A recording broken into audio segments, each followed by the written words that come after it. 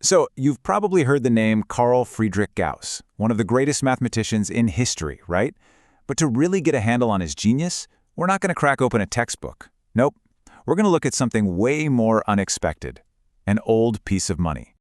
All right, take a look at this. It's an old German 10 Deutschmark note. You can't spend it anymore, obviously, but it's got this puzzle baked right into it. I mean, look, on the back, you've got this complex surveying tool and a weird grid of triangles. Does that look like money to you? It feels more like a page ripped straight out of some secret scientific journal. So that begs the question, right? Why was this guy so important that they put him on their money?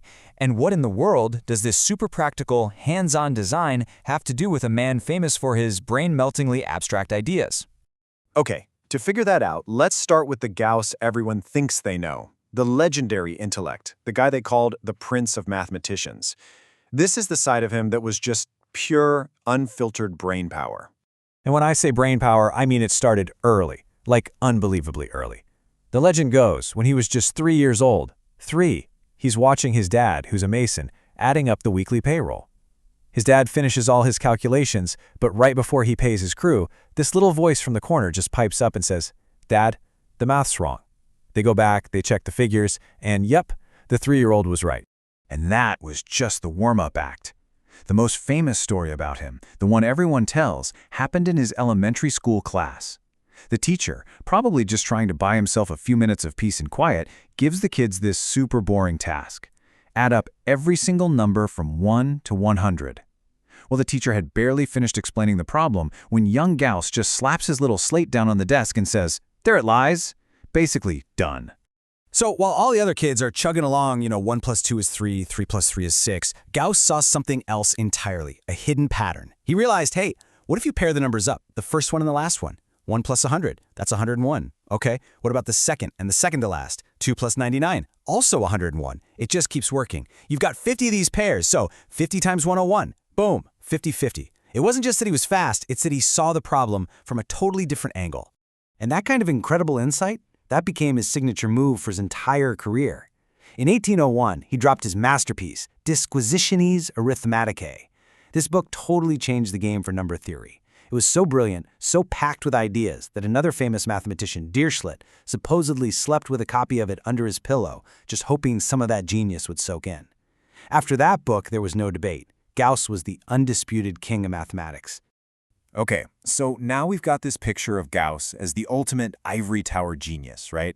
The abstract thinker. But that's only half the story. Now we're going to flip the coin and look at the other side of Gauss, the master of measurement, the guy who got his hands dirty.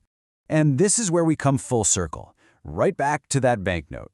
Remember that weird grid of triangles? Well, look at the right here. That's the real deal. That's the actual map Gauss created. For years, he wasn't locked away in some dusty office. He was out in the mud, commissioned by a king, no less, to survey the entire kingdom of Hanover. And let me tell you, it was tough, grueling work. We're talking bad weather, terrible roads, and just an endless slog of calculations.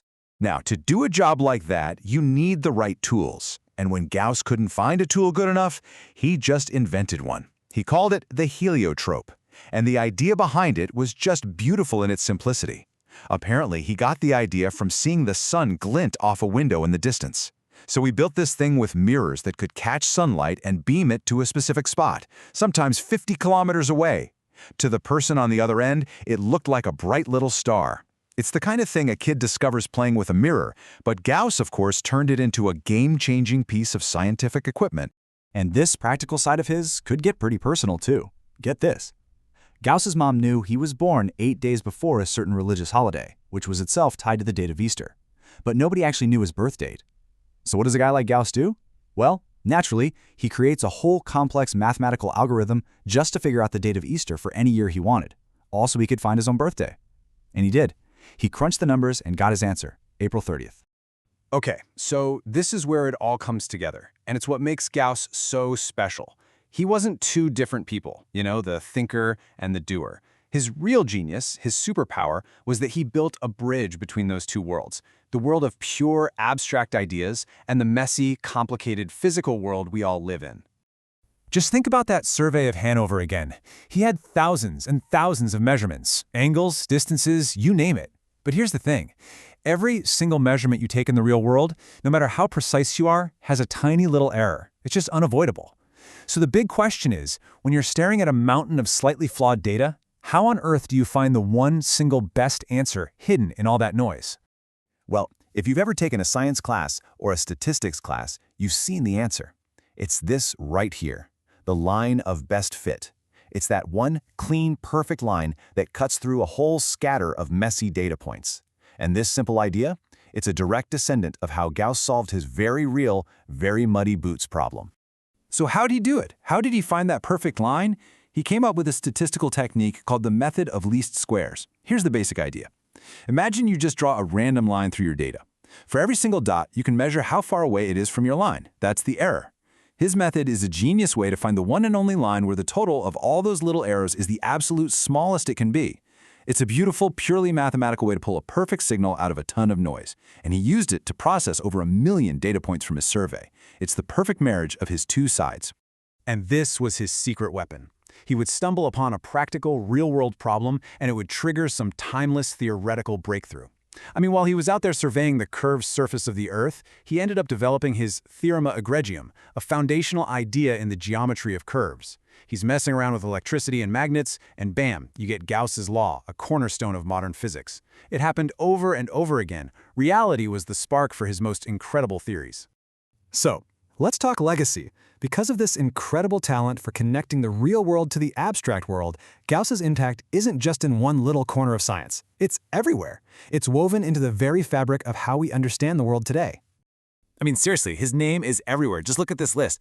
Number theory, check. Measuring the Earth, check. Statistics, geometry, astronomy, electromagnetism, on and on. From the ground beneath our feet to the stars in the sky, his work is foundational. So you see, that banknote wasn't just celebrating a man. It was celebrating a way of thinking that literally gave us the tools to measure and understand our universe. And that really leaves us with one last big idea to chew on. The story of Gauss summed up so perfectly on that old piece of paper money. It kind of makes you wonder, doesn't it? How often do we look past the messy, everyday, practical problems, not even realizing that hidden inside them are the seeds of the next big, beautiful, world-changing idea?